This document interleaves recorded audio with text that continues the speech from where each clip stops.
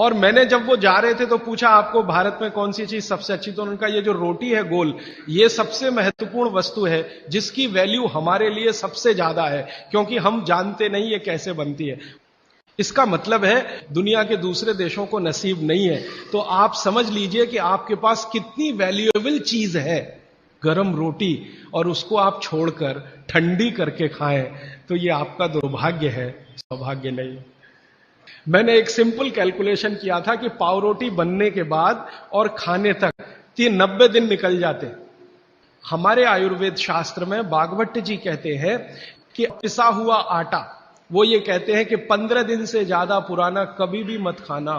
15 दिन मैक्सिमम, वो भी गेहूं के लिए। ये चना और मक्की और ज्वारी, इसके लिए तो 7 ही दिन कहा उन्होंने।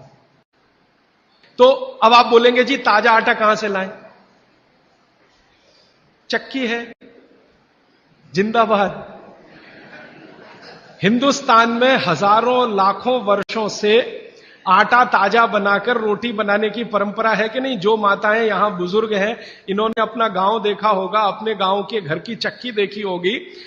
और हमारे घरों में ये जो चक्की चलाने का काम माताएं करती रही हैं, किसी को भी सिजेरियन डिलीवरी नहीं हुई है। चक्की चलाने वाली माताओं के पैरों में दर्द नहीं है। चक्की चलाने वाली माताओं को कभी भी कंधा नहीं दुख रहा है, गर्दन नहीं दुख रही है, नींद अच्छी आ रही है, डायबिटीज नहीं है, हाइपरटेंशन नहीं है, ब्लड प्रेशर नहीं बढ़ा है, 48-50 बीमारियां नहीं है। और जो माताएं पिसा हुआ आटा ला रही हैं, कैप्टन कुक, आईटीसी का, उनके घरों में डायबिटीज भी है, अर्थराइटिस भी है, हाइपरटेंशन भी है, ये भी है वो। हम जब चक्की चलाते हैं तो एक दिन चला के देखिए तो आपको समझ में आए, सबसे ज्यादा दबाव पेट पे पड़ता है। और मां के पेट में एक एक्स्ट्रा ऑर्गन है जो पिता के पेट में नहीं है, जिसको गर्भाशय कहते हैं। और गर्भाशय के बारे में आयुर्वेद के सारे रिसर्च और आधुनिक विज्ञान के सारे रिसर्च ये कहते हैं कि ये गर्भाशय के आसपास के एरिया में जितना हलन चलन हो उतनी इसकी फ्लेक्सिबिलिटी है। फ्लेक्सिबिलिटी माने मुलायमियत। ये हमारे गर्भाशय का सबसे बड़ा गुण है। तब मेरे समझ में आया कि जो माताएं नियमित रूप से चक्की चला रही हैं उनको सिजेरियन डिलीवरी नहीं हो रही है, क्योंकि गर्भाशय की इलास्टिसिटी मेंटेन है, तो आसानी से बच्चा बाहर आ रहा है बिना किसी ऑपरेशन के। तब मुझे ध्यान आया कि हमारी जो पुरानी माताएं हैं उनके 8-8, 10-10 बच्चे होते थे, कभी सुना नहीं कि सिजेरियन। वो दाई आती थी गांव की, जो एमबीबीएस नहीं है, एमडी नहीं है, एमएस नहीं है, और बच्चे करा के चली जाती थी, ऐसे ही जैसे दाल पका के कोई चला गया या चावल पका के कोई चला गया। हां, ऐसे होता है। और आयुर्वेद तो यहां तक कहता है कि मां का गर्भ 7वें महीने तक चक्की चलाने की अनुमति देता है। मां को 7वें महीने तक चक्की चलवाई जा सकती है, 8वें महीने में नहीं, फिर उसको बंद कर देना अच्छा है। और उतने 7 महीने की चक्की आपके लिए पर्याप्त है कि वो बच्चा बिना सीजर के हो।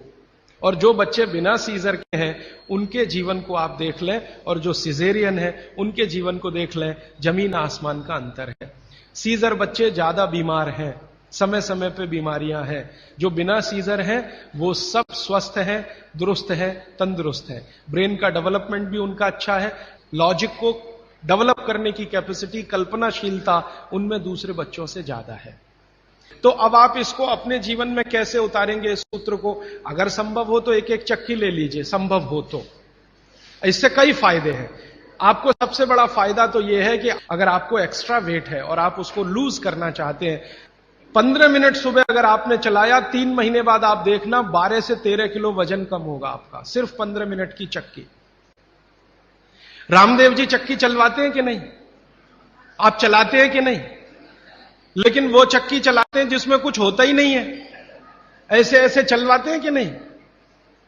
तो असलियत में ही चला लो, कुछ तो आटा तो मिलेगा।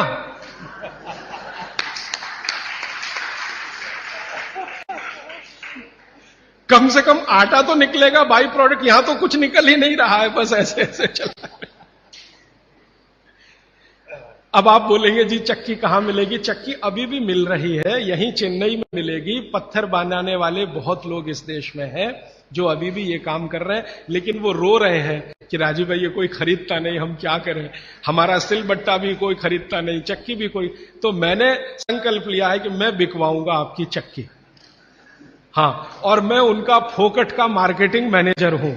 वो मुझे कुछ एक पैसा नहीं देते, लेकिन मैं उनके लिए मार्केट बनाने के काम में लगा हुआ हूं। ये मार्केट बनाने में भागवत जी की बड़ी मदद मिल रही है।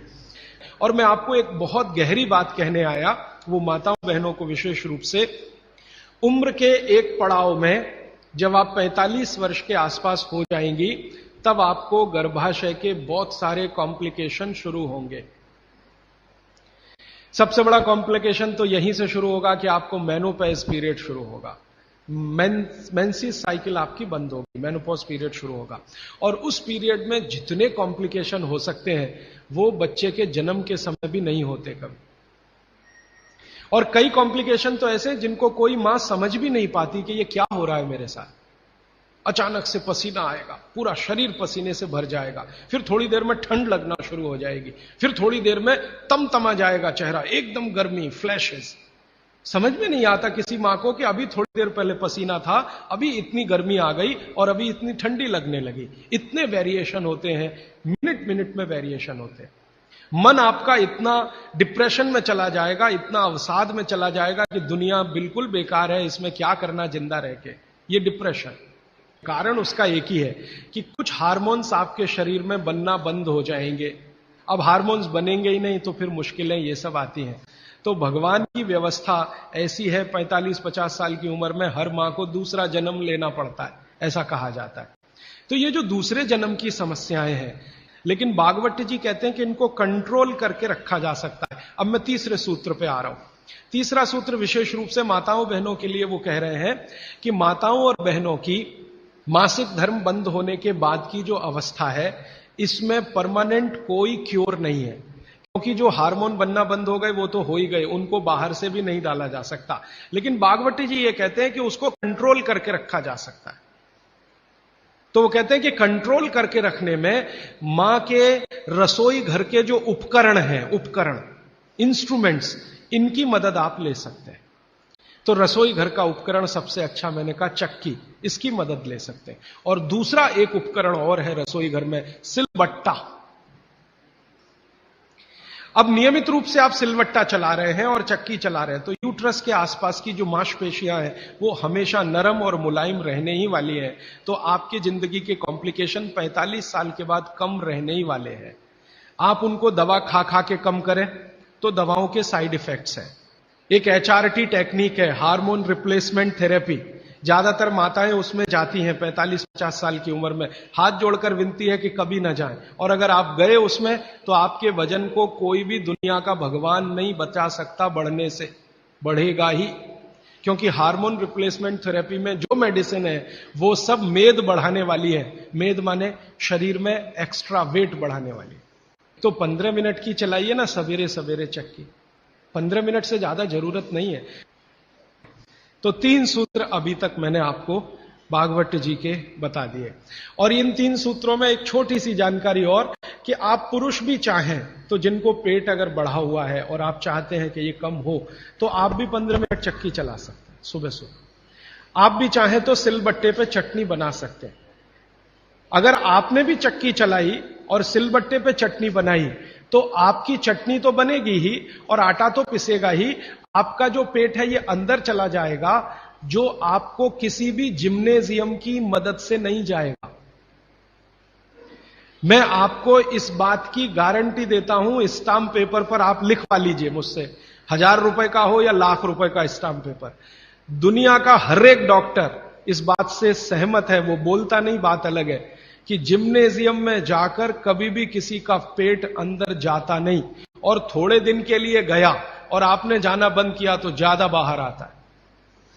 जिम्नेजियम की सभी मशीनें ज्यादा स्पीड वाली हैं और चक्की और सिलबट्टा ये स्पीड कम है, धीरे धीरे धीरे धीरे। हमारी जो तासीर है वो कम स्पीड वाले उपकरणों के साथ ज्यादा है, क्योंकि हम गर्म देश में रहते हैं। गर्म देश के लोगों में आप जानते हैं स्वाभाविक रूप से वायु का प्रकोप ज्यादा होता है शरीर में। ये कल मैं और इस विस्तार से बात करूंगा। अब वायु का प्रकोप ज्यादा है तो हर चीज ऐसी करनी चाहिए जो धीमे हो। ज्यादा तेज करेंगे तो वायु और बढ़ेगी। इसलिए यहां के जो डांस है ना, उनके स्टेप्स, जैसे भरतनाट्यम, जैसे कथक, कथकली, ओडिसी, कुचिपुड़ी, ये सब डांस के स्टेप आप देखो स्लो है। ज्यादा ठंड के देशों में क्या होगा कि वायु बिल्कुल उल्टी स्थिति में होती है, बहुत ही कम होती है शरीर में, और पित्त और कफ बहुत बढ़े हुए होते हैं। हमारे यहां आजकल एक फैशन आया, मॉर्निंग में दौड़ो। दौड़ना नहीं है, चलना है। चलने और दौड़ने में अंतर आप समझते हैं। दौड़ने में ऊर्जा बहुत शरीर की, गर्मी बहुत शरीर की बढ़ेगी और वात को बढ़ाएगी। वात बढ़ेगा तो ये घुटने बहुत जल्दी आपके थकेंगे। आप देख लो, जितने हिंदुस्तान के रनर है ना, रनर 100 मीटर दौड़ने वाले, 200 मीटर, 35 साल के बाद किसी के घुटने काम नहीं करते, सब बैठ गए। मिल्खा सिंह को मैं मिला हूं, वो कहते हैं यार उस समय जो मैं दौड़ गया ना, अब पता चल रहा है कि उसका क्या असर।